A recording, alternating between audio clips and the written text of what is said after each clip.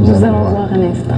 Alors Edgar Morin, vous avez accepté d'ouvrir le colloque sur l'art vers l'an 2000, l'Apocalypse comme métaphore, et vous nous avez fait une présentation vraiment formidable qui finalement développe le thème en 3 points, l'Apocalypse de premier, de deuxième et de troisième type, qui a été tout à fait fascinante.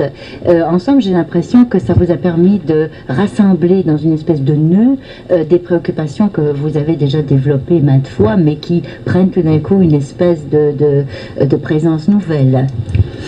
Oui, c'est-à-dire que j'ai pris conscience au cours de cette année 90 qu'on venait de quitter un certain type d'apocalypse, parce que et ce que j'appelais l'apocalypse, c'est un peu dans le sens littéral, c'est-à-dire on s'attend à ce que des mots épouvantables arrivent parce qu'ils vont annoncer le bien futur, le salut, la rédemption, la fin des temps, le bonheur.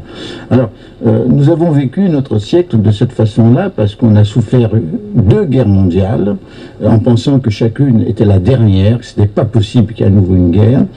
On a souffert des mots effrayants en pensant que le salut viendrait sous forme d'une société meilleure.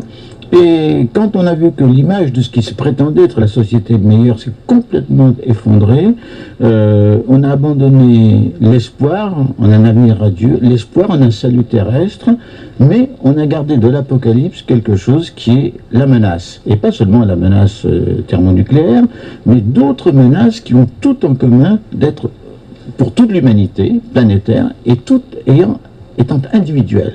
Par exemple, la menace écologique, elle est évidemment globale, c'est la biosphère qui est menacée, mais chacun se trouve menacé dans sa respiration, dans son hygiène, dans son mode de vie, dans sa nourriture, dans son alimentation. Bon, nous avons une autre menace qui est par exemple l'AIDS, le sida. Elle est universelle, mais chacun est menacé dans l'acte le plus intime de sa vie amoureuse. Et de même, je dirais que la toxicomanie, avec plutôt vraiment les drogues qui portent à la mort, comme l'héroïne, qui elles, évidemment, sont des réponses à l'angoisse, qui apportent une paix provisoire et qui portent à la mort, eh bien, c'est quelque chose de planétaire et de profondément individuel qui affecte, sinon chacun, mais peut-être chaque famille.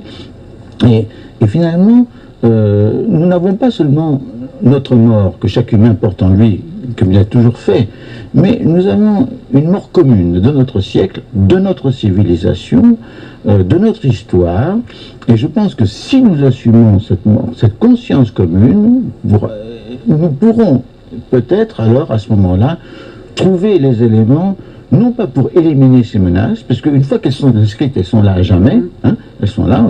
Une fois qu'on a inventé la bombe atomique, on a beau détruire les armes, à nouveau on peut recommencer à la faire, donc c'est inscrit, nous vivons avec cette conscience proche de la mort, qui, elle, devrait nous rapprocher les uns des autres, parce que nous avons la même menace, dans le même temps, nous vivons la même communauté de destin, et nous sommes perdus dans le cosmos. C'est pour ça que je dirais que la 3e apocalypse nous dit « Soyons frères, parce que nous sommes perdus ». Voilà, c'est ça. Je vous remercie beaucoup d'avoir voulu accorder ces quelques mots à Art Média. Merci.